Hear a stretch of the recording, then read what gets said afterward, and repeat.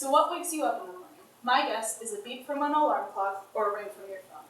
As the day goes on, the bright lights and the distractions and all the technology grows until we find ourselves similar to a position of this person, surrounded by technology, not realizing the scope or the influence it has over us.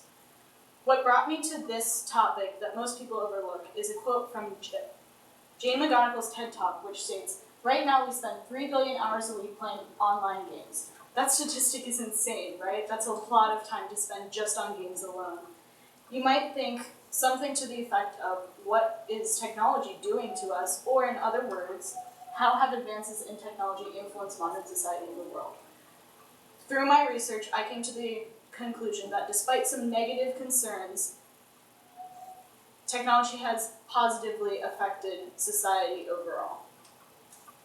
What you see here is a normal classroom in today's society. A bunch of kids ranging from around kindergarten to first grade, all on computers, using them to benefit learning. I was able to make this presentation myself with the computers that were given to us by the school district, and without that, I wouldn't have been able to conduct the research to make this presentation or to learn this topic in general.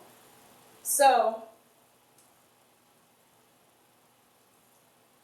a quote from Education Scotland says that creativity allows students to use their problem-solving.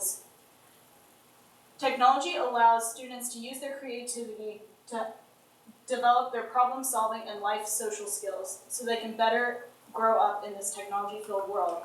And they can grow into adults that are able to actively and benefit society in this new technology age. But what can these new students do for technology? I believe that they can go into more scientific fields such as biotechnology. Biotechnology is the genetic manipulation of microorganisms for the production of antibiotics.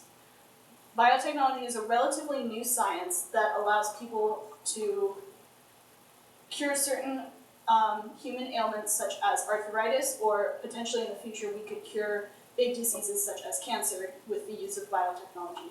A benefit to biotechnology is using genetic engineering to produce drugs on a mass scale.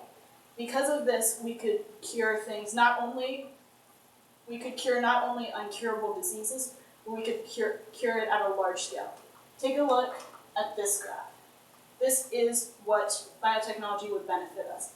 You see how the majority of these people are in green? That means that despite some people, such as the people over here, being negatively benefited by biotechnology, the majority will be benefited, and thus we should be able to put in this sort of technology because it would benefit the society as a whole, even though some people would be left in the dust. Overall, technology is a very wide spectrum. I couldn't cover everything in this short presentation or in my research, and I wasn't able to go through things such as developments in architecture, social relations, and locomotion. However, we are seeing our new generations come from this to this, and it's pretty much inevitable. It's going to continue to happen, and technology is going to continue to grow with us. So what can we do about it? Well, instead of seeing our generation's problems and just giving them more, I believe that we should instead focus on the positives and continue to develop technology, because even if some people are negatively benefited by it, overall society will be better with technology. Okay, a couple of questions for you. The first one is, how did you select the strategies you used to gather information or conduct research, and were they effective? So the strategies I used were mostly strategies we implemented in class, such as using the databases. I used mostly EBSCO for about 4 sources, and then I used the other 2 databases for 2 each, just to get like a wider aspect of research. And then I also sometimes use Google for minor definitions, such as the biotechnology one, because I didn't want to find a whole article on biotechnology. I just needed a definition.